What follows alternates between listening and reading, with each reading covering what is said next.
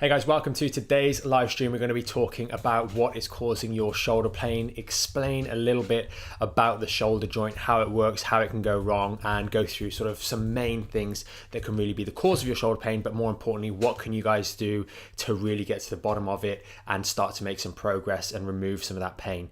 Hopefully you're going to find this really, really helpful. As always, Lara's the other side of the camera, so put your comments and questions in the comment section, whether you're watching on Facebook or YouTube, and we will get to those in the Q&A section at the end of today's live stream. Remember, if you are new to the channel, we do these live streams every single weekday. They're your opportunity to get some information about a specific topic. We release the topics in advance, but also if you've got the notification bell hit, then you'll know when we go live so you can partake in the question and answer, which I think for many people watching is quite a useful way of them getting a little bit of free advice, free guidance on particular issues pertaining to back pain, neck pain, and those sorts of things. So with that being said, let's get into today's topic, shoulder pain and what's causing it.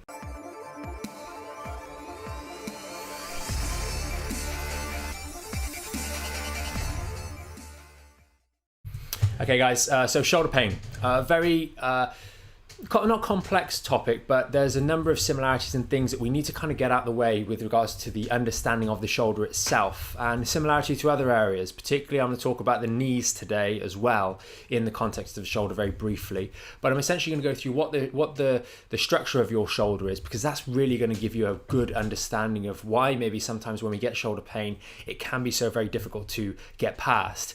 And then we're going to talk a little bit about what happens when we injure it, and then finally what is actually being injured, what are the common structures that are injured, why does this maybe happen, and what are the considerations do we need to make, and ultimately what can we do to get it better. So first and foremost, you might be wondering why there's a picture of a golf ball on a tee behind me. This is really to illustrate the very first point I want to make you guys aware of, is that the shoulder is fundamentally a very, very unstable joint, and it's akin to a golf ball on a golf tee. It's not got a lot of stability compared to, say, the hip joint, which is a very deep cup with a ball inside of it. This is that golf tee, which is sat on top of the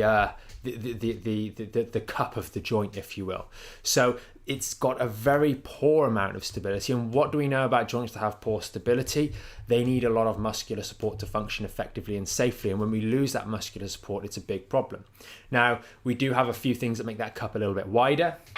We've got the cartilage around here, which is called the labrum. We have one of these in the hip as well, which helps make the hip even more stable. And in the shoulder joint, the cartilage on the side, which kind of goes around to make the, if we have the, if we're looking down or into the shoulder here, we've got the bony part, and then around here, we have the labrum, which just makes it a little bit more stable, but still it's not that stable at all.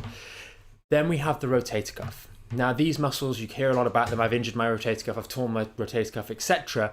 These muscles are responsible for maintaining compression through our shoulder so that it holds that golf ball on the golf tee so that it can rotate around. If those muscles don't work effectively, then the golf ball is going to slide all over the shop, and the big muscles like the pecs, the deltoids, and the lats around here, they're going to pull that and shear that joint and create a bit of trouble.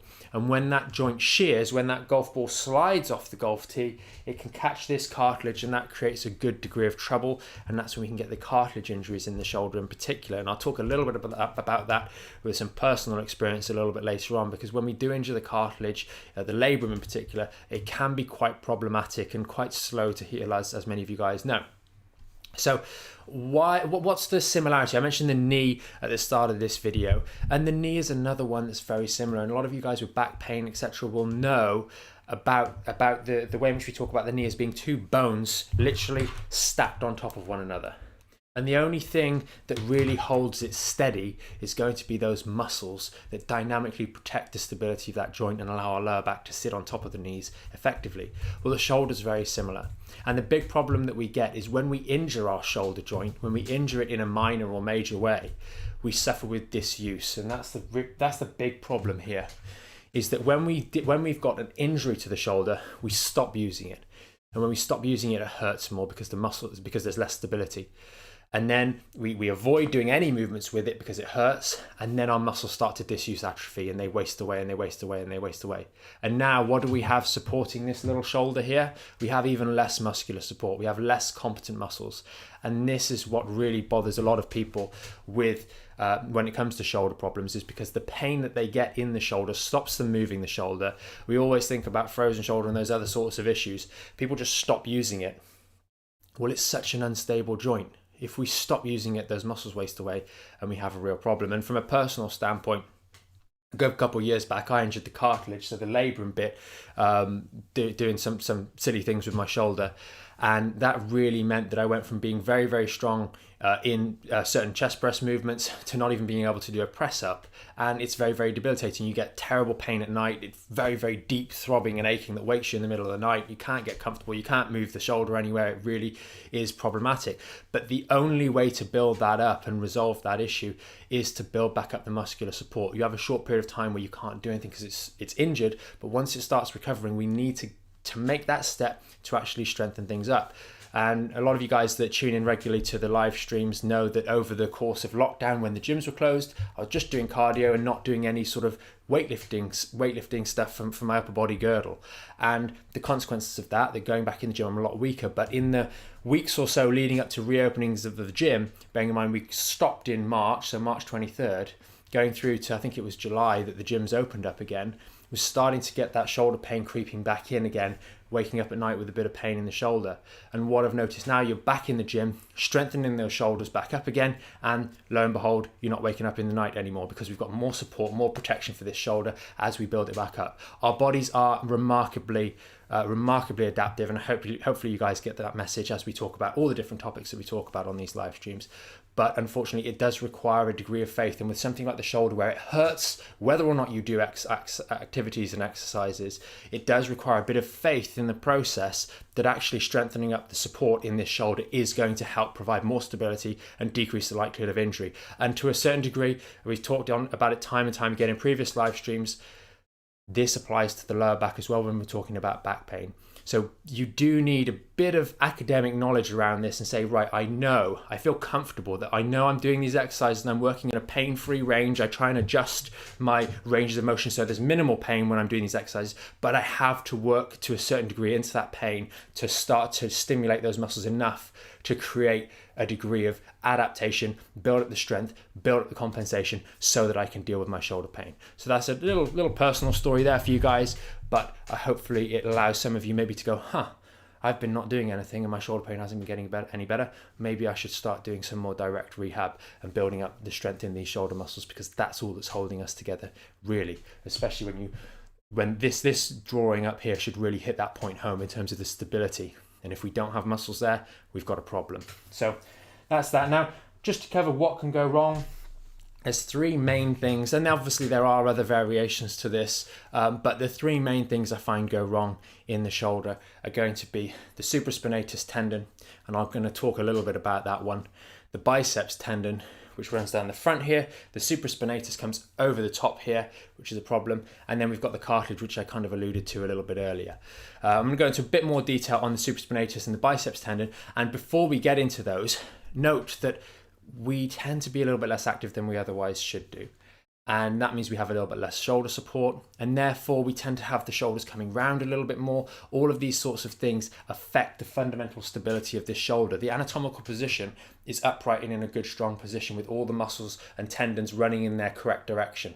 As we round that shoulder over, they start to function in ways that they're not designed to function, and therefore dysfunctional damage can start to take place. And two of the ones that really suffer here are going to be the biceps tendon, and they're going to be the supraspinatus. So having the shoulder in a good anatomical position is really, really important. And those of you guys that are in the phase 3 in particular, back in shape, will be doing some work anyway that's actually going to get your posture into a better position, which will help with shoulder pain, period. So with regards to the supraspinatus, I'm going to go into a little bit of detail. I know sometimes we were talking, Laura and I, the other day but maybe we go into a little bit too much detail sometimes because some practitioners actually watch these videos to get a little bit of information from there. So maybe it's going into a little bit too much detail, but hopefully guys, it's all helpful. Now the supraspinatus is a bit of a peculiar muscle in that it spends most of its day with a very, very poor blood supply because of the way it's hanging and it's compressed on the bone. And then at night it overhydrates with blood. Essentially, it gets too much blood circulation, which can make for not very good healing when we have such long periods of extreme high or extreme low circulation in a muscle. So supraspinatus is a very problematic one. So when we do injure it, it can be a bit more difficult to recover because of that fiddliness with the blood supply. Now, interestingly enough, something that also has worked for me, I read about in the US, a shoulder surgeon doing some work, basically getting his pre-surgery patients to do these hanging drills where literally you're just having your arms above your head, hang maybe on a door frame, not hanging your whole weight, but just dropping your heels a little bit to get a little bit of a stretch through the shoulder. The effect of this is that it takes off that compression on your supraspinatus and allows it to get a little bit more circulation periodically through the day. It does work really well, and I think the outcome was somewhere in the region of 70 or 80% of his scheduled surgeries didn't need to go ahead when he got patients doing this regularly for a couple minutes, a couple of times a day. So if you do have shoulder pain, you're trying to rehab, it's something I regularly incorporate into my personal workouts in the gym. I'll go over to one of the chin-up bars, just reach up and just hang a little bit, not my whole body weight, but just get a little bit of stretch. Just pulling this arm up a little bit really makes a big difference, and it helps with circulation, it helps with getting nutrition to the areas that need it. And I just do it generally for just general shoulder health on both sides anyway. So it's definitely a worthwhile one to do, especially in between or after workouts. So that's really the main one, the supraspinatus, and you'll find that a lot of people have this these low-grade injuries anyway in the supraspinatus. And a lot of that, I think, is because of the posture things, etc., that I've mentioned earlier. Now, the next one is the biceps tendon. Biceps tendon is one on the front of the shoulder. A lot of guys will end up getting this from things like bench press and that sort of stuff. It really creates a problem. And the reason the biceps tendon in particular gets in trouble is because it's supposed to run in a little groove down here between two little bony bits. And what happens is it runs in this little groove like so, and there's a ligament that sits on top and holds it in place. So it's kind of like, if we rub this one out here, if we're looking up my arm like so, there's two little bumps and the tendon sits in the middle like so, and then there's a little ligament along the top of here. Now, what do we know if we constantly stress ligaments? As you're in that bad posture, you're pulling the tendon out of the groove, and that stretches this ligament. And then what you find is when you move your shoulder around, it clunks and clicks and etc. And that's this tendon up here flicking in and out of the groove, and that creates inflammation. It's not very nice, it's unpleasant, and that can be an issue as well. So something to watch out for.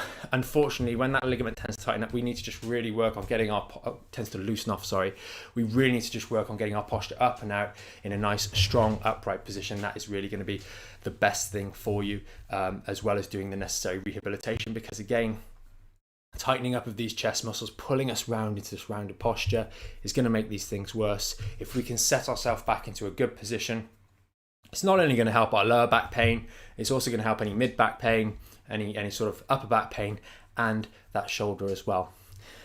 Final thing I wanted to talk about was sciatica, and that might be a little bit weird considering this is talking about shoulder pain, but we're all too familiar with the role that lower back injuries can have, even if they're not painful there, in the leg because of that nerve supply. And that's because in our lower back down here, we have a number of nerves that leave and go and control the leg. Well, in our neck, we have the same thing. Those nerves leave, they control the shoulder girdle, the same way these nerves control the hip girdle, and then they go down the arm. And some of the nerves in the middle to lower portion of the neck, around about here, they control these rotator cuff muscles, the biceps muscles, and the deltoid muscles. That's around about C5-6 region, above and below as well a little bit.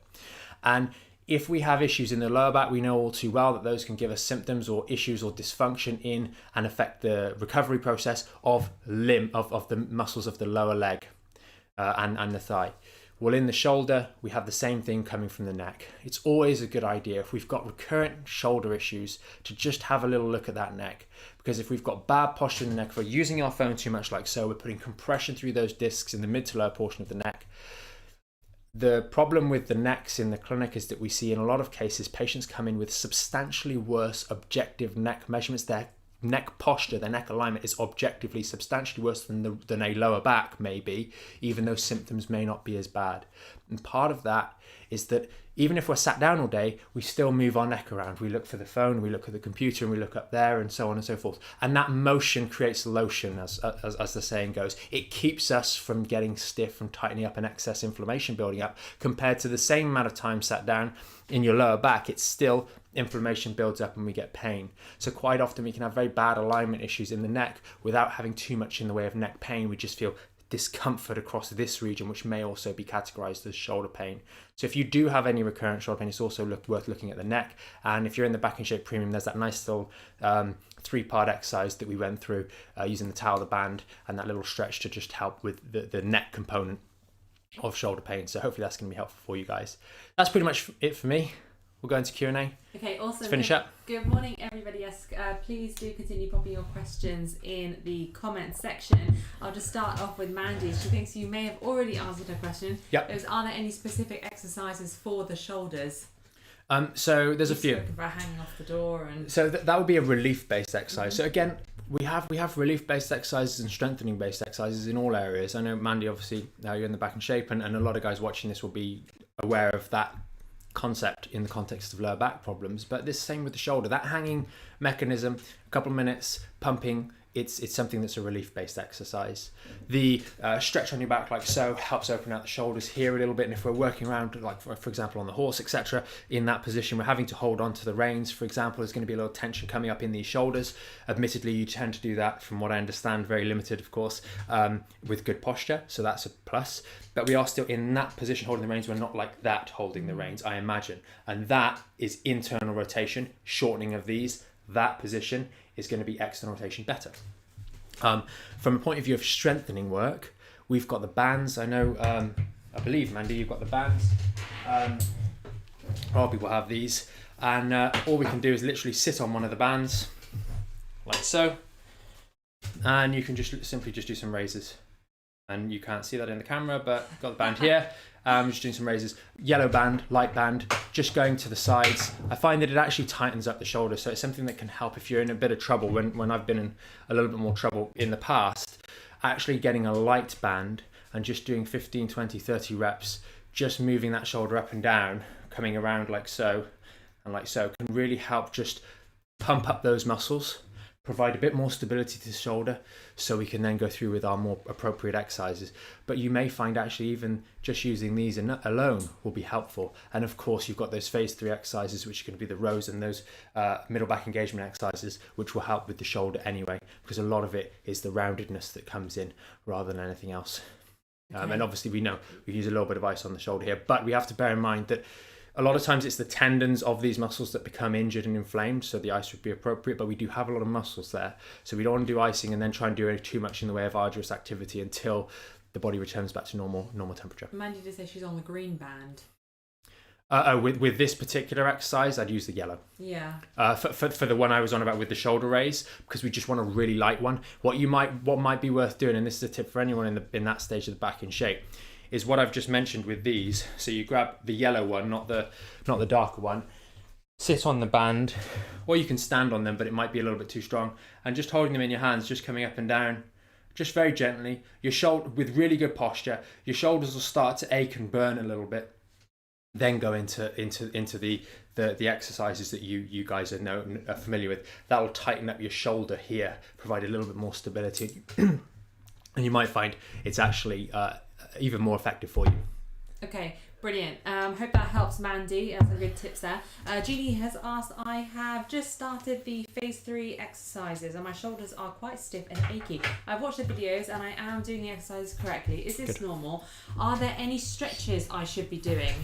So we've discussed briefly this stretch, but what I would say is for a lot of ladies in particular, ladies tend to, and I'm making a sweeping generalization here, so this may not be appropriate, but a lot of ladies don't tend to do bulky shoulder work. So when they start doing some of the stuff like those phase 3 exercises, you're going to get the DOMs building up, and probably all across here, shoulders, maybe not so much on the chest, but on the back of these muscles here, and maybe coming round here is all going to be stiff and a little bit sore after those workouts. And that's a good sign. It means you're working the right way. I wouldn't do anything more We may want to take a little day's rest just to make sure those muscles recover nicely, but that is generally a great sign. It means you're working the right muscles, it means you're working at the right intensity, and after a couple of days to a week or so, you should find that soreness, post-exercise soreness, maybe the next day or later that day, starts to subside. And then do you know what we need to do? We need to up the intensity and get it back again. You won't ever get it back to the same degree, but you will every now and then when you make a step up in intensity. Maybe you go from 3 sets to 4 sets or 4 sets to 5 sets. You're going to find, or you up the band, you're going to find that you get that soreness creep in again. And that's just that DOMS. You've made it a new intensity. The muscles are reacting to it, which is what we want. And now the challenge is to get our good nutrition on board, good rest between those exercise workouts so that our body can recover, adapt, and get stronger. And that's really it. Okay, it's fantastic. Okay, Kate has asked here, can this explain why when my neck is so inflamed, I get a horrible burning and stinging pain actually on the muscle covering my shoulder blade? It always seems to be in the same spot. Yep, down up here. Very, very, very common. It's literally the same as sciatica in the lower back.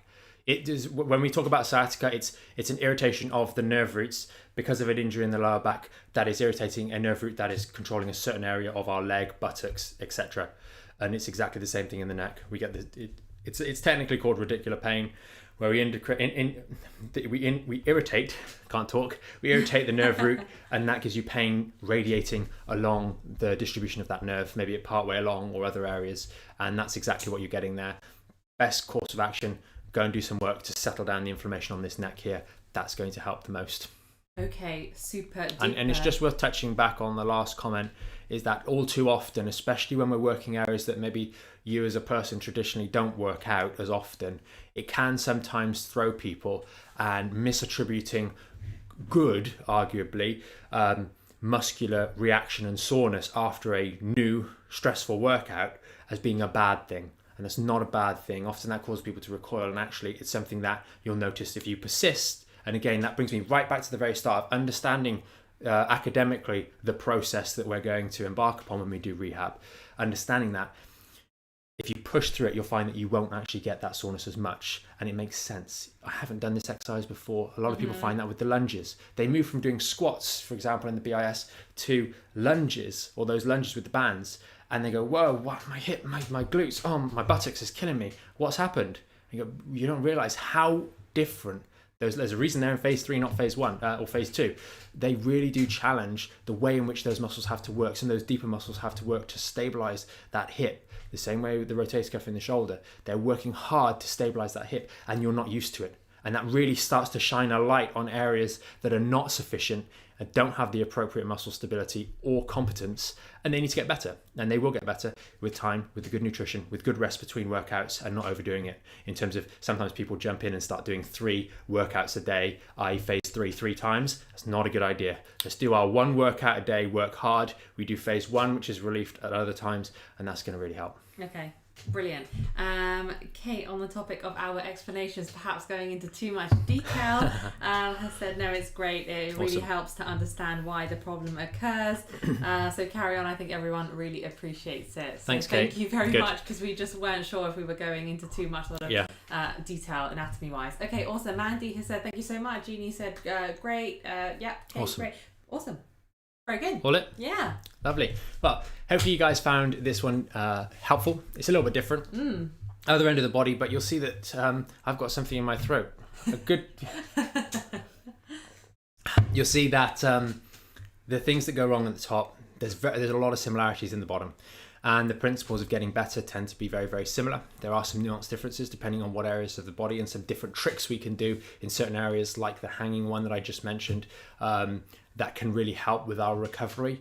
But fundamentally, it comes down to some of the core principles. We have joints that need support effectively, and if we shy away from doing some of those exercises, then it can lead us to get into more trouble. And once we understand what we're dealing with, you don't have to understand it at the same degree as a practitioner, but if you've got a baseline understanding that a golf ball sat on a golf tee doesn't have a lot of stability, and if we can improve some dynamic stability to protect that golf ball and make sure it stays on the tee nicely, we're going to do very, very well. So hopefully you found it helpful. As always, if you've watched this far and you find these videos helpful and you're not a subscriber, please do consider subscribing to the YouTube channel. Hit the notification bell so you know when we go live, and hopefully you guys have an awesome day, and we will see you tomorrow with another live stream.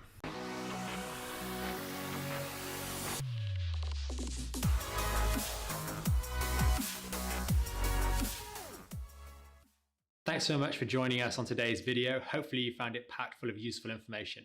If you want to learn more about the premium Back in Shape membership, there's going to be a video somewhere underneath here. And if you want to stay up to date or tune into some of our more recent live streams and the Q&As at the end of those, then that's going to be down here. And remember, you can subscribe to the channel up here and hit the notification bell to make sure you know when we next go live, so you can join us for our next live stream and Q&A.